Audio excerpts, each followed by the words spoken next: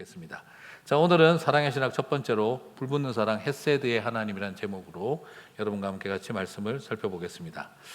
자, 2026년 새해가 밝았습니다. 매년 이맘때가 되면 우리는 새로운 결심을 하고 또 희망찬 또 새해를 꿈꿔보기도 합니다. 하지만 우리가 지난날의 삶을 좀 돌아보면 어떻습니까? 솔직히 성공의 역사로 가득했다기보다는 반복되는 실수와 실패의 역사였다 하는 생각이 들 때가 많습니다. 자, 그렇게 끊임없이 반복되는 실수 속에 살아갔던 이야기 중에 하나가 어렸을 때 우리가 봤던 동화책 청개구리 이야기가 생각이 납니다. 기억나시죠? 청개구리. 전혀 안 보신 분위기가 있으시네요. 네. 청개구리 이야기, 항상 엄마가 시키는 것이 있으면 꼭 반대로 하던 청개구리 이야기가 있지요. 그래서 밥 먹으라 그러면 안 먹고 집에 들어오라 그러면 나가고, 좀 나가라 그러면 집에 있고, 이 완벽한 청개구리 인생의 이야기가 동화로 있었어요. 기다려주고 사랑하던 엄마도 한계가 왔고 나중에 병에 걸려서 돌아가시게 되는 슬픈 동화입니다. 그리고 나서 마지막으로 또 거꾸로 할까봐, 아들아 엄마를 양지 바른 곳이 아니라 물가에 묻어다오. 그러면 또 거꾸로 양지 바른 곳에 묻어줄 거라고 생각한 이 청개구리 이야기죠. 자, 그런데 이 청개구리가 마지막에 정신이 들었습니다. 엄마 살아계실 때 말 안 들었으니 유언만큼은 지켜드리자. 그래가지고 엄마를 또 물가에 묻어드렸던 거죠. 그래서 비만 오면 엄마가 떠내려갈까봐 개굴 한다는 아주 슬픈 동화를 어렸을 때 들은 적이 있습니다. 별로 안 슬프셨나요? 분위기가 참 설명을, 오늘 비 오는 날 또 개구리 소리가 이 캐릭터에 별로 들리지는 않는데요. 자, 그래서 제가 어렸을 때 이 이야기를 듣고 나서 어떤 교훈을 얻어야 되나, 평소에 엄마 말 잘 들어야 되겠다 쪽이 아니라 저는 거꾸로 사람이 변하면 안 된다. 말 안 들었으면 끝까지 말 안 듣는 초지일관형으로 살아야지. 그렇게 사람이 갑자기 착해지면은 안 돼. 막 이러는 생각을 했던, 그런 제가 목사가 됐으니 하나님의 은혜다 하는 생각이 듭니다. 그런데 이런 생각을 가지신 분들이 의외로 교회도 많아요. 왜냐하면 안 좋고 힘든 일이 생겨도 기도 안 해요. 무슨 말이죠? 사람이 기도 안 했으면 끝까지 기도 안 해야지, 힘들다고 교회 가서 기도하나? 그래가지고 또 끝까지 안 하시는 분들이 있습니다. 그런 초지일관은 필요가 없습니다. 그건 미련한 것이고 오히려 그것이 더 바보스러운 것이죠.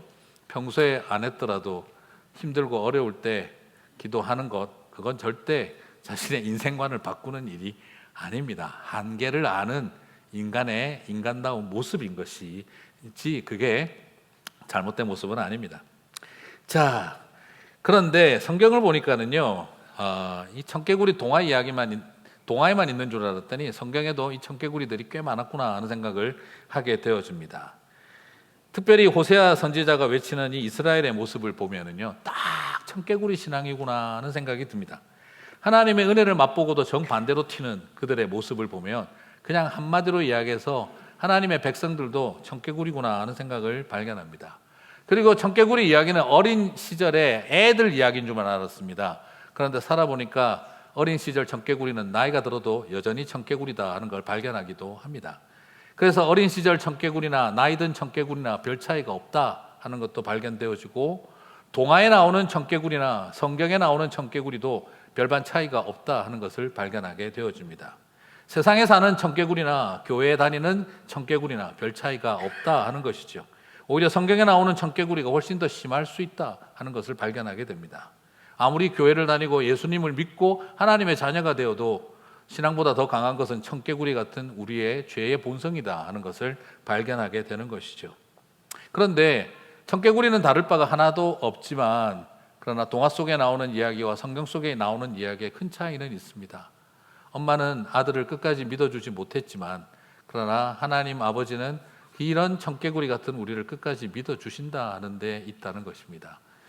자, 오늘 저는 2026년 천문을 여는 이 시간을 시작하면서 우리의 지독한 불순종보다도 더 뜨거운 한결같은 하나님의 사랑을 보았으면 좋겠습니다. 그래서 우리는 지독하게 불순종하나 하나님은 뜨겁게 맹렬하게 사랑하신다 하는 이 주제를 가지고 오늘 우리가 한번 이것이 우리의 소망이 되는 시간이 되었으면 좋겠습니다. 자, 그러면 청개구리 같은 하나님의 백성들은 성경에 어떻게 묘사되고 있을까요? 호세아 11장 1절 같이 보겠습니다. 이스라엘이 어렸을 때에 내가 사랑하여 내 아들을 애굽에서 불러내었거늘. 자, 여러분, 여기서 우리가 주목해야 할 것은 하나님은 우리의 주인이 되어 종인 우리를 불러내신 게 아닙니다. 하나님은 우리의 왕이 되어 백성들을 끄집어냈다라고 말하지 않습니다. 호세아서는 뭐라고 표현하고 있냐면 하나님이 아버지가 되어 아들과 딸인 우리를 불러내셨다라고 말하고 있습니다. 자, 무슨 말이냐면 여러분 한번 생각해 보시겠어요? 이스라엘 사람들은요, 유대인, 히브리인들은 이집트에 마치 이 코 뚫려서 콧불에 끼어서 끌려다니는 소 같은 노예였습니다. 사람이 참 신기하죠. 소는 그렇게 덩치가 크고 힘이 좋은데 코만 딱 뚫고 쇠고리 딱 걸면은요, 애가 땡겨도 소는 끌려갑니다. 그 덩치 큰 소도 코만 딱 걸리면은 그냥 질질 끌려다닙니다. 이스라엘은요, 하나님의 백성들이었지만 이집트의 파라오에게 코 낀 소처럼 질질 끌려다녔습니다. 그러면 하나님은 우리를 어떻게 이스라엘에서 끄집어냈느냐? 그런 우리를 코 낀 소, 말 같은 우리를 질질 끌고 나오신 주인이 아니라 코 끼어 있는 인생들의 밧줄을 잘라주시고 그 어깨에 메고 있던 멍에를 풀어주신 것이 하나님이셨습니다. 하나님은 코 끼어 질질 400년을 끌려다닌 이스라엘에게 새롭게 내가 너의 주인이 됐으니 끌고 나간다고 질질 끌고 나가신 것이 아니라 그 코에 콧불에를 끌어주시고 그리고 밧줄을 끊어주시고 그 멍에를 벗어주신 아버지가 되셨다라는 것입니다. 사랑하는 성도 여러분, 주님은 저와 여러분을 어디로 질질 끌고 다닐 주인이 아니라 저와 여러분에게 밧줄을 끊어주고 멍에를 풀어주신 아버지가 되신 줄 믿습니다. 그렇게 주님은 우리를 불러내어 주셨는데 문제는 뭐냐? 우리가 주님이 코를 풀어주시고 멍에를 벗어줘서 자유와 해방을 주었더니 우리는 그걸 가지고 오히려 바알과 아세라에게 가서 다시 코 끼어 질질 끌려다니기 시작하더라는 것입니다. 아버지는 버려두고 이 세상 헛된 권세에게 또 코 끼어 살더라는 것이죠. 호세아 11장 2절은 그렇게 말하고 있습니다. 같이 읽겠습니다. 선지자들이 그들을 부를수록 그들은 점점 멀리하고 바알들에게 제사하며 아로새긴 우상 앞에서 분향하였느니라. 평생을 코 끼어 400년을 코 끼어 사는 이스라엘을 해방시켜 놨더니 아버지 안에서 자유를 누리고 해방을 누리는 삶이 아니라 바알과 아세라에게 찾아가서 또 코 끼어 살아가며 그것이 종된 길이고 노예된 길인 것을 모르고 있더라는 것입니다. 다 죽어가는 것을 살려주고 안아주고 고쳐주고 먹였더니 하나님 앞에 그러는 거죠. 고마운 건 고마운 거고요. 너무 이래라 저래라 하지 마세요. 이스라엘이 하는 이 말을 딱 들어보니 어디서 많이 들어본 말 같지 않습니까? 애들이 꼭 그러죠. 엄마 낳아주고 길러주고 먹여주고 입혀준 건 고마운데 너무 내 인생에 끼어들지 마. 물론 그 말도 맞아요. 너무 끼어들면 안 돼요. 부모가. 그렇지만 자녀들도 하나님 우리를 이끌어가는 그 은혜 앞에 그냥 다 이래라 저래라 하지 마세요 하는데 어느 틈에 익숙합니다. 그러고 잘 살아가면 좋을 텐데 파라오에게서 자유케 했더니 바알과 아세라에 코 끼어서 살아가는 인생이 되니까 속이 터지는 것이죠. 오늘 그것이 이 청개구리 같은 이스라엘의 모습이었습니다. 7절에 보니까 이 모습을 한마디로 이렇게 정리합니다. 같이 읽겠습니다. 내 백성이 끝끝내 내게서 물러가나니. 여기서 굉장히 신사적으로 번역을 해줬습니다. 물러가나니 하는 것은 이 끝끝내는 원어적인 번역을 생각을 해야 되는데요. 영어 번역만 봐도 bend to backsliding from God이라고 돼 있어요. 백슬라이딩, 백스텝을 밟았다는 정도가 아니고 백슬라이딩 했다는 말은 변절했다, 배신 때렸다, 뒤통수 쳤다 이 말이거든요. 그리고 여기서 물러간다는 표현이 그냥 하나님 주춤 이게 아니고요. 그냥 완전히 하나님을 향해서 변절과 배신을 했다는 뜻입니다. 그리고 끝끝내로 번역되어 있는 이 표현도 원어적인 의미는 뭐냐 그러면 죽기 아니면 살기로 매달려 있다는 뜻입니다. 그래서 이것을 원어적인 의미를 가지고 정확하게 번역을 하면 하나님 입장에서 하시는 이야기예요. 내 백성이 나를 배신하고 변절하는 일에 목숨 걸고 매달려 있다. 끝장을 보고 있다라는 거예요. 지금 오늘 이 메시지를 좀 더 하나님의 이 표현 그대로 날 것으로 살리면 내 백성이 나를 배신하는 일에 끝까지 목숨 걸고 매달려 있다 이 말입니다. 자, 여기서 우리가 발견하는 것은 바로 뭐냐면 하나님의 백성들이 믿음이 약해서 세상을 붙들고 하나님을 붙들지 않는 줄 알고 있는데요. 그러나 오늘 이 말씀을 통해 발견하는 것은 하나님의 백성들이 믿음이 약해서 세상을 붙들고 있는 게 아니라 마음이 완악해서 하나님을 배신하고 변절하는 일에 끝까지 매달려 있다라는 뜻입니다. 그러므로 오늘 이야기 나누고 싶은 것은요, 우리에게 필요한 일은 뭐냐면 이 힘들고 어려운 때 힘을 좀 내라 할 말이 아니라 우리에게 지금 중요한 것은 힘 빼 하는 것입니다. 사랑하는 성도 여러분, 새해 시작하시면서 힘내 하지 마시고 힘 빼 하십시오. 아직도 못 놓고 있는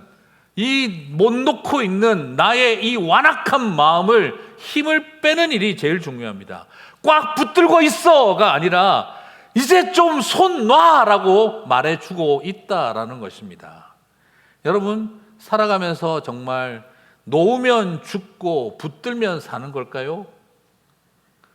지금 우리의 죄악된 모습은요, 놔야 사는 것입니다. 놓아야 사는 것인데 우리는 아직도 힘내서 붙들고 있다 이 말이에요. 사랑하는 성도 여러분, 아니요 목사님 저는 주님을 붙들고 있는데요. 글쎄요, 주님을 붙들고 있는 신실한 하나님의 백성들이 얼마나 있을까요? 주님을 우리가 붙들고 있는 게 아니라 주님이 우리를 붙들고 계신 것입니다.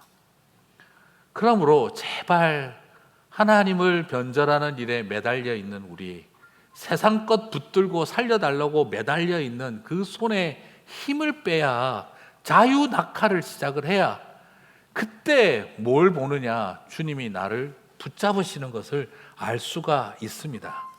아무것도 안 붙들고 살아가는 사람 없습니다. 나름 다 붙들고 살아가고 있습니다. 문제는 잘못된 것을 붙들고 있기 때문인 것이죠. 그러므로 먼저 말씀드리고 싶은 것은 힘내라고 이야기하고 싶지 않고 힘 빼라고 이야기 드리고 싶은 거예요. 그래서 두 손을 좀 놓아버리세요. 그러고 나면 주님이 저와 여러분을 붙들어 주실 때 힘써야 될 자리는 그 자리인 것입니다. 사랑하는 성도 여러분, 우리가 주님을 붙드는 게 아니라 주님이 우리를 붙들고 계신 것이고, 내가 주를 먼저 사랑한 것이 아니라 그가 먼저 나를 사랑하신 것이고, 내가 주의를 잘 지키고 있는 것이 아니라 주의 날이 나를 지켜주고 있는 것입니다. 우리는 우리가 잘하는 줄 알고 있지만 주님이 우리를 붙들고 있다는 것을 잊어서는 안 된다는 것이죠. 그렇습니다. 오늘 저와 여러분에게 가장 소중한 것은 바로 그것입니다. 호세아 11장 8절을 보시면 주님은 우리를 놓지 않으신다는 것을 보여주고 계십니다. 같이 읽겠습니다. 내가 어찌 너를 놓겠느냐, 이스라엘이여 내가 어찌 너를 버려겠느냐, 내가 어찌 너를 아드마같이 놓겠느냐, 어찌 너를 스보임같이 두겠느냐, 내 마음이 내 속에서 돌이키어 나의 긍휼이 온전히 불붙듯 하도다. 그렇습니다. 주님은 오늘 여기에서 나를 붙들라라고 말하지 아니하셨고 오히려 뭐라고 말씀하십니까? 내가 너희를 붙들리라 말씀하고 계신 것이죠. 사랑하는 성도 여러분, 우리를 버려두지 아니하시고 놓지 아니하시고 그리고 우리를 끝까지 붙잡으시는 주님이 이 새해에, 주님의 손이 이 새해에 여러분을 붙드시기를 주님의 이름으로 축복합니다. 그렇습니다. 이것을 어떻게 주님께서는 우리를 이렇게 붙드시는가? 그것은요, 주님이 마음속에서 돌이켜서 긍휼이 불붙듯 하시기 때문이라고 오늘 우리 8절 말씀은 보여주고 있습니다. 그래요, 주님은 가슴에 이 불이 붙고 계신 거예요. 지독한 불순종보다 더 강한 것은 이 헤세드의 사랑, 불붙는 사랑이에요. 여기서 불붙는 사랑이라는 말은 다르게 번역하면 꺼뜨릴 수 없는 불꽃이라는 뜻이에요. 여러분, 불이 붙는 것이 중요한 게 아니라 그 불을 꺼뜨릴 수가 없는 불꽃으로처럼 저와 여러분을 사랑하신다는 것이죠. 여러분, 우리가 알고 있는 compassion, 이 긍휼, 히브리어로 헤세드라고 하는 이 표현은 뭘 말하느냐면 받을 자격이 없는 대상도 끝까지 신실하게 베푸시는 사랑이 바로 헤세드다라고 정의를 할 수 있겠어요. 맹렬한 진노와 심판받을 자격을 갖춘 이들도 끝까지 꺼뜨릴 수 없는 불꽃으로 살아가는 것이 헤세드다라는 것입니다. 헤세드는 맹렬한 진노와 심판의 불덩이를 막을 수 없는, 꺼뜨릴 수 없는 사랑의 불길로 바꾼 은혜다라는 것이지요. 여러분, 진노의 불꽃은 하나님도 가지고 계세요. 그런데 그 진노의 불꽃을 주님은 사랑의 불꽃으로 바꾸어 버리셨다는 겁니다. 정말 저는 이것이 하나님 은혜라고 생각해요. 우리 하나님도 마음에 분노가 있으세요. 그렇지만 주님은 그 분노의 불꽃을 쏟아버리는 게 아니라 사랑의 불꽃으로 저와 여러분을 붙드신다는 거죠. 호세아 11장 9절 같이 읽겠습니다. 같이 읽겠습니다. 내가 나의 맹렬한 진노를 나타내지 아니하며 내가 다시는 에브라임을 멸하지 아니하니 이는 내가 하나님이요 사람이 아님이라. 내 가운데 있는 거룩한 이는 이니 진노함으로 내게 임하지 아니하리라. 아멘. 여러분, 여기에서 하나님은 하나님의 거룩을 설명해 주고 있어요. 여러분, 맹렬한 진노가 주님도 있으시다는 거예요. 그러나 그것을 불타는 헤세드로 바꾸어서 너희들에게 나타나겠다. 그게 바로 뭐라는 겁니까? 그게 거룩이라는 거예요. 거룩. 자, 먼저 여러분한테 좀 드리고 싶은 이야기는 우리 이 지역이, 근데 이게 어떻게 거룩이 되는, 이게 왜 거룩이라고 표현했을까? 여러분 한번 생각 한번 해보시겠어요? 불타는 진노는요, 확 불타고 나면 뭐만 남냐면 잿더미만 남아요. 여러분 오늘 집에 가서 한번 불 한번 싸질러 보십시오.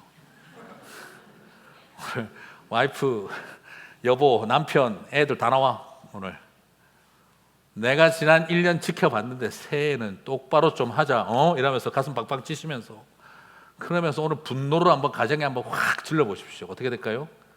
잿더미만 남습니다. 그런데 똑같은 불꽃인데 가슴속에 사랑을 확 불태우면 어떻게 될까요? 불순물은 사라지고 정금만 남습니다. 퓨리티만 남습니다. 희한하죠. 진노의 불을 태우면 잿더미만 남고, 그리고 불타는 사랑으로 불태우면 그곳에는 정금이 남아요.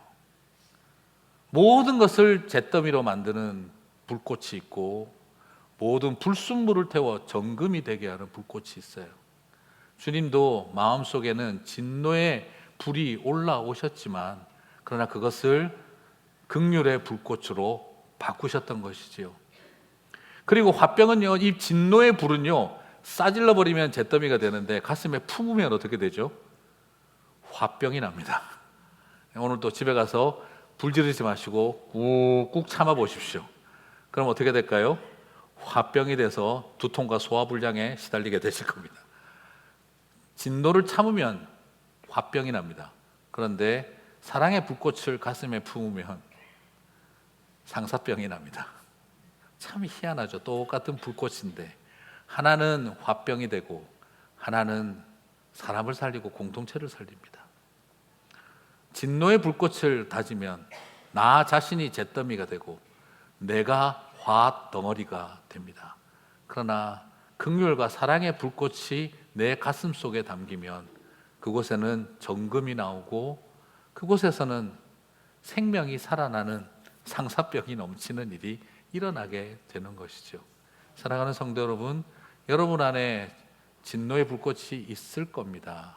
그러나 그 진노의 불꽃이 식는 것이 우리의 목적이 아니라 진노의 불꽃을 삭히고 가슴에 참는 것이 아니라 그것이 타오르는 사랑의 불꽃이 되라고 주님은 저와 여러분에게 은혜를 주신 줄 믿습니다.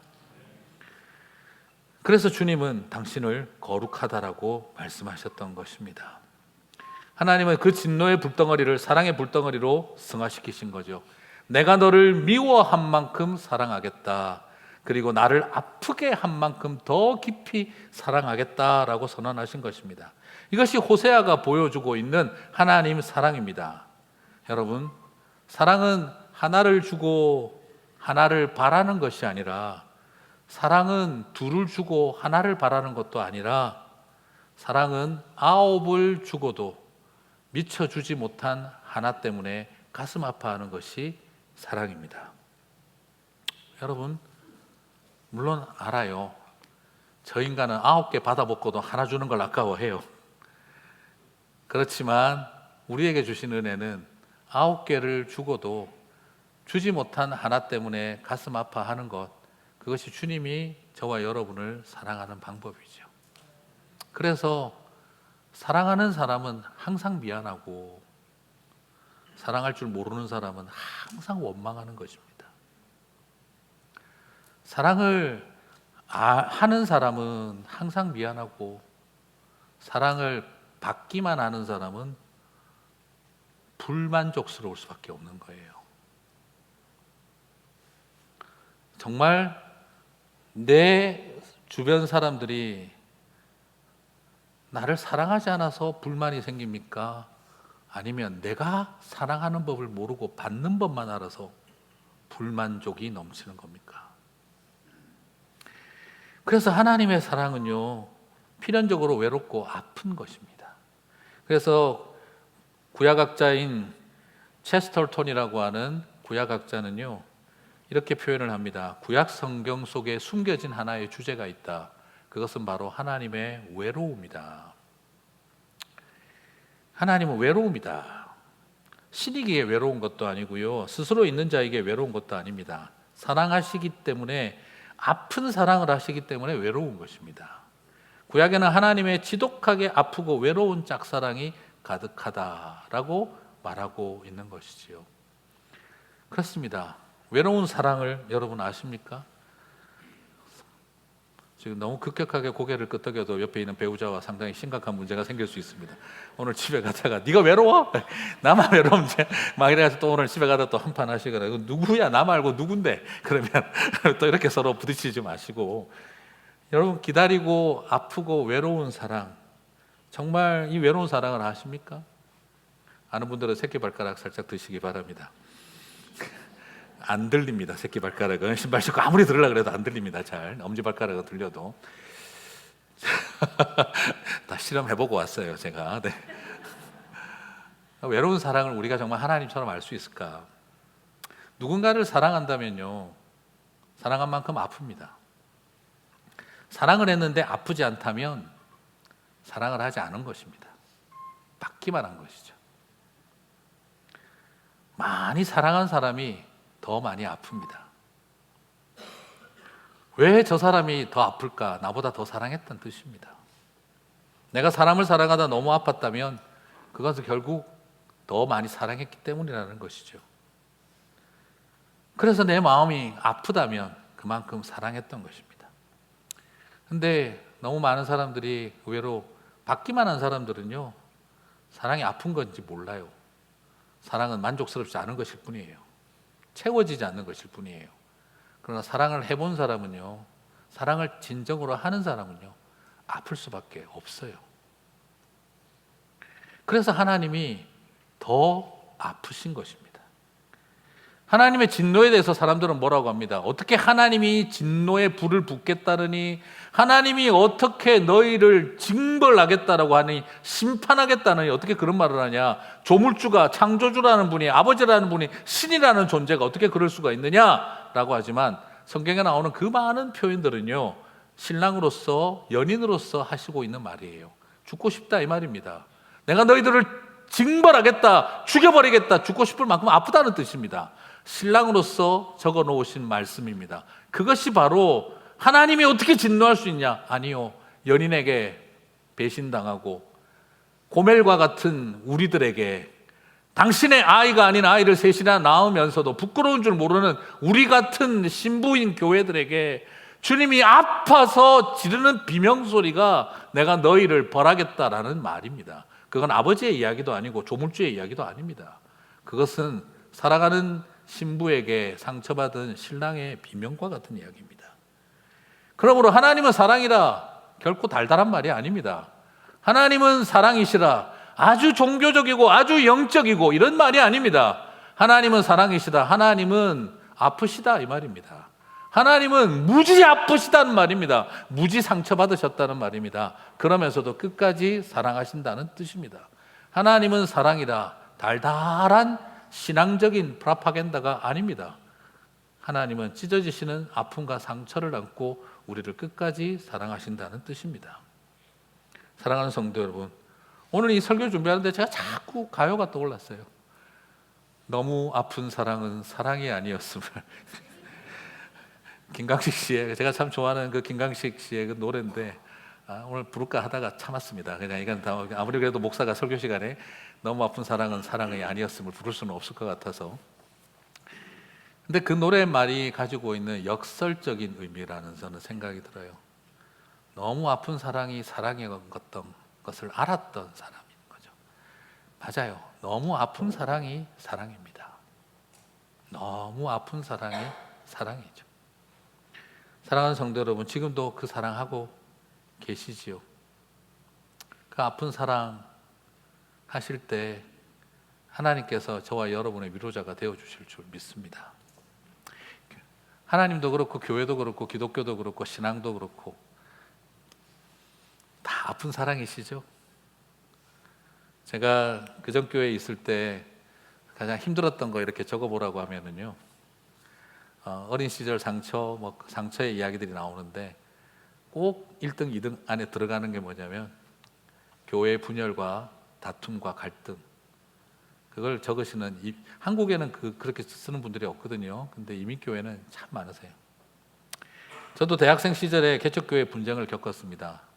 저도 신학대학부터 들어가서 그냥 교회 내 인생을 하나님 앞에 내가 내 인생 던지겠습니다 하고 들어갔는데, 그래서 정말 그 예전에 말씀드렸던 이야기이긴 한데 그 학고반 같은 개척교회를 갔어요. 닭장교회라고 불렀던 교회.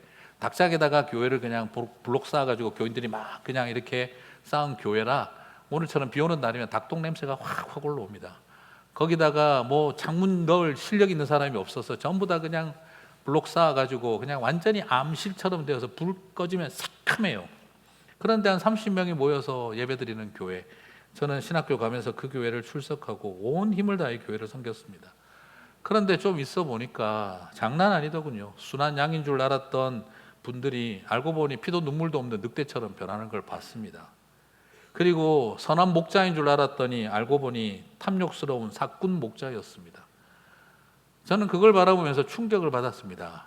양인 줄 알았던 분은 늑대고 선한 목자인 줄 알았던 분은 사꾼 목자고, 그 교회에 희망도 절망도 보이지 않는다. 교인도 보기 싫고 목사도 보기 싫고 다 보기 싫은 그런 지경까지 왔습니다. 아이들, 제가 맡고 섬기던 중고등부 아이들 한 10명 있었는데 그 아이들을 쳐다보니 속이 터지는 겁니다. 그래서 아이들 모아놓고 말했습니다. 부탁하자. 니네 엄마 아빠들이 뭐라고 하든지 중고등부는 가지고 오지 마라. 니네 엄마 아빠들이 누구랑 편이 됐든지 너네들은 그 편이 되지 마라. 니네 엄마 아빠들이 어떻게 싸우든지 너희들은 이 중고등부에서 싸우지 마라. 그냥 여기서는 우리가 어른들하고는 상관없이 좀 모이자. 성경을 봐라. 성령의 하나 되게 하심을 힘써 지키라고 그랬다. 그런데 지금 우리는 사탄의 분열하게 함을 힘써 지키고 있는 것 같다. 부탁 좀 하자. 지키는 일 쉽지 않다. 하나 되는 일 힘써 지켜야 된다. 대충 해서 안 된다. 니네 부모들이 싸우는 것보다 더 힘내서 우리는 하나됨을 만들어가자. 아이들하고 참 많이 울었습니다. 수련회를 같이 데리고 가고 싶은데 싸우는 부모님들은 재정을 도와주지를 않습니다. 제가 기가 막혔던 것은 교사로 찾아가서 아이들 수련회 데리고 가고 싶으니 재정 좀 지원해달라 그러니까 송 선생이 우리 편 든다 그러면은 지원하겠다. 당신들이 이러고도 사람이요? 이라고 제가 싸우고 나왔던 기억이 납니다. 그래서 아이들, 고등부들 애들 몇 명 데리고 리어카 끌고 곳곳에 돌아다니면서 고물 모아서 팔았습니다.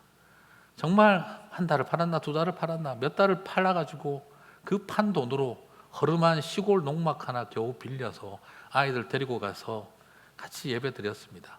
따라와서 밥 해줄 엄마 아빠들 못 데리고 올 것 같아요. 또 뭐 어떻게 할까 싶어서. 그래서 제가 나중에 있잖아요, 그런 투망 같은 거 물에 빠뜨려 놓고 미꾸라지 이렇게 낚시해서 잡아가지고 제 평생 처음으로 추어탕 만들어 본 것도 그날입니다. 애들 먹일 게 없어서 그래서 옆에 있는 저수지 가가지고 그 개골창에 미꾸라지 잡아서 애들 추어탕 먹이고 밤에 기도하는데 눈물이 막 쏟아지더라고요.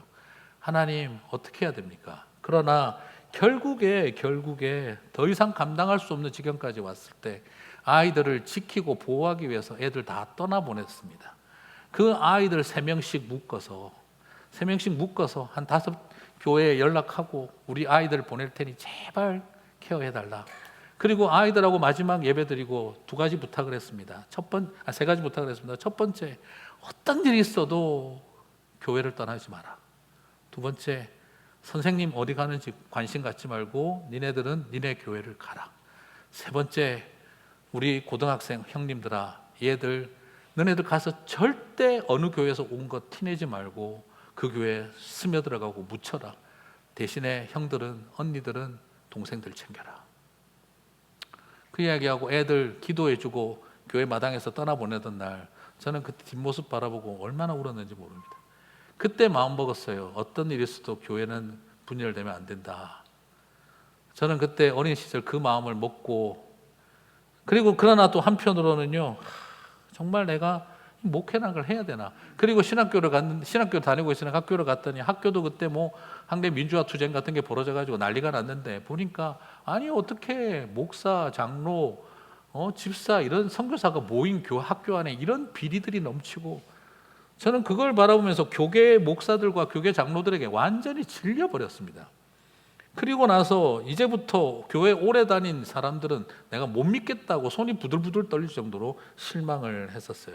그때 그 모습을 지켜보고 제가 너무 좌절해서 자퇴서를 또 써서 학교에 갖다 내버렸습니다. 난 더 이상 목사 안 되고 싶고 이런 교회를 위해 내가 뭘 하는가 봐라. 제가 그래가지고 자퇴서를 던져버렸어요. 근데 또 애들이 또 데모를 심하게 하는 바람에 학생처에 또 화염병을 던져가지고 불을 질러버렸어요. 다 끝나고 나서 나중에 가니까 제 자퇴서가 다 불타서 없어졌다고. 하나님 뜻인가 보다 생각하고 다니라고 그냥 학생 과장님이. 분명히 내가 너한테 받은 거 확실한 거 아는데 지금 애들이 화염병 던지려 가지고 불 붙어버리는 바람에 이게 지금 다 타버렸다. 그냥 하나님 뜻이다 생각하고, 그냥 하나님은 또 왜 화염병을 통해 역사하셨는가. 저는 여러 가지 생각을 하지 않을 수가 없었어요. 젊은 날 교회를 다니면서 그런 생각이 있었습니다. 어떻게 평생을 성경을 연구하고 하나님 앞에 기도했다던 제사장과 바리새인들이 예수님을 십자가에 죽일 수가 있었을까? 도저히 이해가 안 간다 했는데 그 일을 겪고 난 다음, 평생 성경 읽고 교회 가서 기도해도 예수님 죽일 수 있겠구나 하는 걸 알겠더라고요. 그리고 그것이 이해가 된다는 사실이 저를 더 슬프고 좌절하게 만들었어요. 그래서 하나님, 저 다 때려치우고 싶습니다. 그렇게 기도하며 내가 왜 이걸 다 포기하고 여기까지 왔습니까? 질문하고 있었을 때 주님은 제 마음에 너의 분노가 나의 사랑이다 라고 말씀해 주시더라고요. 이 교회를 바라보고 주님의 찢어지는 아픔이 우리를 향한 불타는 사랑, 그 맹렬한 진노의 불꽃을 사랑의 불꽃으로 바꾸신 것처럼 오늘 그때 저에게 말씀해 주셨어요. 나도 이 교회를 바라보며 꺼뜨리지 못할 분노의 불을 가지고 있었지만 그러나 나는 그들을 향해 사랑하고 있다. 그것이 저를 이 기독교회에 남아있고 목사가 되게 만든 하나님의 은혜였습니다. 십자가를 다시 바라봅니다. 불타는 진노를 불타는 사랑으로, 긍휼로 바꾼 곳이 십자가입니다. 십자가는 분노의 불덩어리를 사랑의 불덩어리로 바꾼 곳입니다. 하나님이 우리를 그렇게 사랑하셨으니 우리도 사랑함이 마땅하다 싶습니다. 우리 사랑하는 정직이 교회, 저는 그런 생각을 해봅니다. 어떤 일이 있어도 그렇게 되어져서는 안 되는 하나님의 교회가 되게 해주시고, 분노의 불꽃이 사랑의 불로 변하는 곳이 되게 하여 주시옵소서.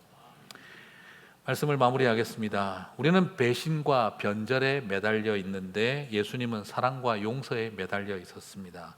나는 지금 어디에 매달려 있는지를 살펴봤으면 좋겠습니다. 우리가 목숨 걸고 매달려야 할 곳은 십자가인 줄 믿습니다. 십자가는 우리를 향해 진노의 불을 내뿜고 싶은 주님이 사랑으로 바꾸어 놓은 곳입니다. 십자가는요, 아버지, 저 죄인들을 심판하여 주십시오 하고 싶은 마음을, 아버지, 저들을 위해서 저를 심판하십시오로 바꾸신 곳이 십자가입니다.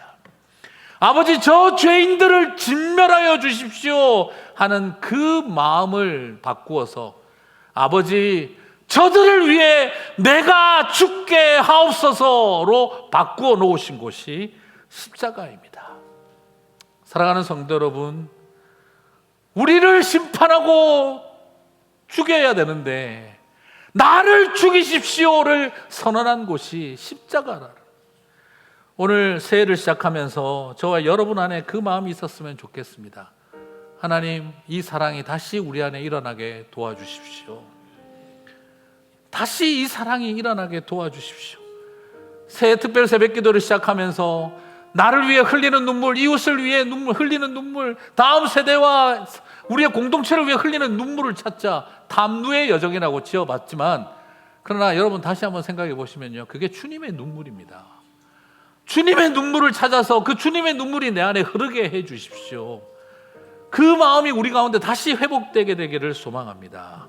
우리가 우리 힘으로 사랑할 수 있겠습니까? 못합니다. 우리가 주님을 사랑하고 세상을 사랑할 수 없습니다. 주님이 우리를 먼저 사랑하셨기 때문입니다.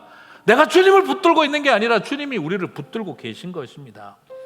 청개구리 같은 나를 끝까지 포기하지 않으시고 이런 나를 곁에 두시며 은혜로 우리를 보듬어 주시는 하나님의 사랑이 오늘도 저와 여러분 안에 가득하실 줄 믿습니다. 부탁드리고 싶습니다. 붙들고 있는 그 줄을 놓으십시오. 힘을 빼십시오. 그리고 이 세상을 향해 그냥 하나님 앞에 나아가십시오. 그때 주님이 우리를 붙드실 것입니다. 주님이 나를 붙들어 주실 때 그 손 놓지 마십시오. 지독한 불순종보다 더 뜨겁고 강렬한 하나님의 사랑이 2026년 새해에 여러분 안에 가득하고 여러분을 통해 흘러가게 되는 역사가 있기를 주님의 이름으로 축복합니다. 다 함께 자리에서 일어나셔서 찬양하고 기도하고 마치겠습니다.